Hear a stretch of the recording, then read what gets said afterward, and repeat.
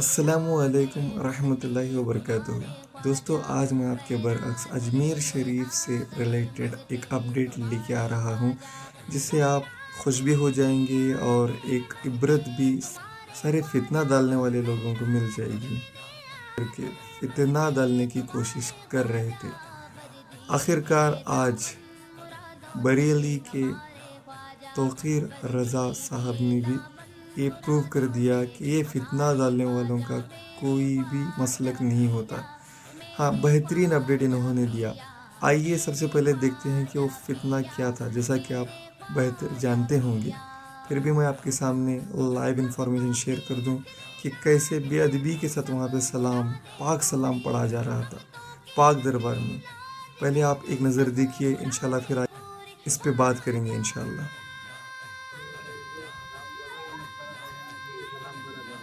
کیوں بھائی، کیا ہوا؟ کیا ہوا یہ سلام پہ کیا ہوا؟ نہیں، یہ منع ہے نا بھائی۔ ایک منٹ کیا ہوتا ہے؟ کیوں منع؟ کیوں ایک منٹ منع ہے یہاں پر؟ کیوں منع؟ نبی کے سلام بڑھ، احمد رضا کے سلام بڑھ، نہیں منع کیوں؟ آپ مجھے وہ تو بولو۔ مجھے پتا نہیں، جا کے کمیٹی میں پوچھو۔ ٹھیک ہے، کس سے پوچھنا ہے؟ کمیٹی میں جا کے ایک منٹ رکو نا، کس سے پوچھنا ہے؟ میں پوچھتا ہوں۔ کمیٹی میں جا کے پوچھو درگاہ ناظم سے۔ ٹھیک ہے پوچھتے ہیں۔ آج یہ سلام بند کرو، پڑھنا ہے تو نبی ہے پڑھو بس۔ جی، کس کا سلام ہے؟ سلام پڑھو بھائی۔ نبی کے سامنے پڑھو۔ ایک بات سنو، بند کرو۔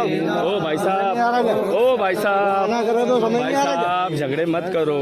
جب منع کرے نبی کے سلام پڑھو یا ارے نبی کا ہی پڑھ رہے نا وہ۔ کیا نام ہے؟ کیا پڑھا یہ؟ نبی کا ہی پڑھ رہے، اعلیٰ حضرت کا نام کا، احمد رضا کا نام کا لے رہے، نبی کا نام۔ جانے نماز لاکھوں سلامی کس کا ہے؟ جان پہ کس کی جان پہ؟ جانے رحمت کس پہ ہے آپ بولو نا۔ مجھے یہ پتا نہیں ہے، جو چیز نہیں پتا ہے تو آپ کیوں بول رہے ہو بھائی؟ یہاں نہیں پڑھنے کا، 12 بجے رات میں کوئی سلام نہیں ہوتی۔ کیوں یار، یہ نئے نئے قانون کہاں سے لا رہے ہو؟ بلا رہے غلام علی فون۔ ہاں بلاؤ، تم پڑھو تم پڑھو۔ نہیں ابھی بند کرو، آئے گا جب وہ بول دے گا پھر پڑھنا۔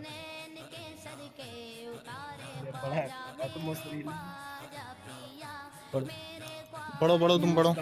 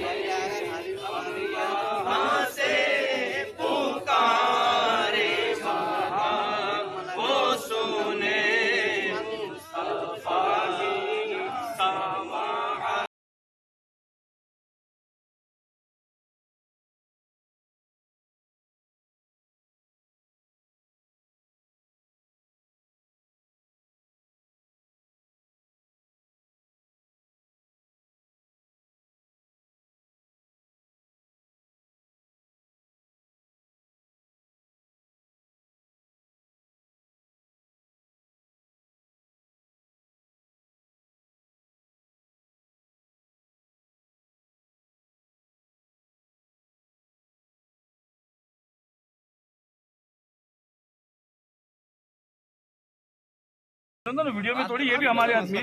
ہاں ہاتھ نیچے، بولنے دو، رکو۔ ہاں بولیے نا۔ یہ مطلب قانون بنا ہوا ہے یہاں کا، انڈین گورنمنٹ کا قانون ہے یہاں کا۔ یہ بھی نہیں جانتا۔ اچھا، یا نبی سلام پڑھو۔ اچھا، سلام کے لیے میں منع نہیں کر رہا ہوں۔ ایک منٹ رکو نا بھائی۔ یار بات کر دو رہے ہیں، آپ کیوں بول رہے ہو؟ ہاں بولو۔ ہاں نہ میں ان پڑھ آدمی ہوں، لیکن ہاں۔ مجھے نماز قرآن سلام کی جاتی ہے۔ اچھا ٹھیک ہے نا؟ ٹھیک ہے نا بھائی، بڑا وزیر اور خانسوں کے اندر آپ جو نام لکھا ہوا ہے نا وہی پڑھو آپ۔ ٹھیک ہے نا بھائی؟ ٹھیک ہے۔ ایک منٹ ہم بات کریں گے نا۔ بھائی صاحب سمجھ گئے ہم، کوئی بات نہیں۔ ارے بھائی حجت نہیں کرنے والے بھائی، ہم نے کیا بولے؟ آپ ڈیوٹی والے۔ ارے بھائی صاحب ہم نے کیا بولے؟ آپ ڈیوٹی والے، آپ کی ذمہ داری۔ میں نے کیا بولا؟ بحث مت کرو۔ بندہ ارے کیا کرے گا؟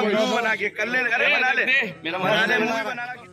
جی ہاں دوستو، جیسا کہ آپ نے دیکھا، اتنا سلام اتنی پاک جگہ پہ، جہاں پہ بڑے بڑے بادشاہ بھی اپنا سر خم کر کے آتے تھے، آتے ہیں اور آتے رہیں گے قیامت تک انشاءاللہ۔ ایسے پاک دربار میں پیارے نبی پاک صلی اللہ علیہ وسلم کا سلام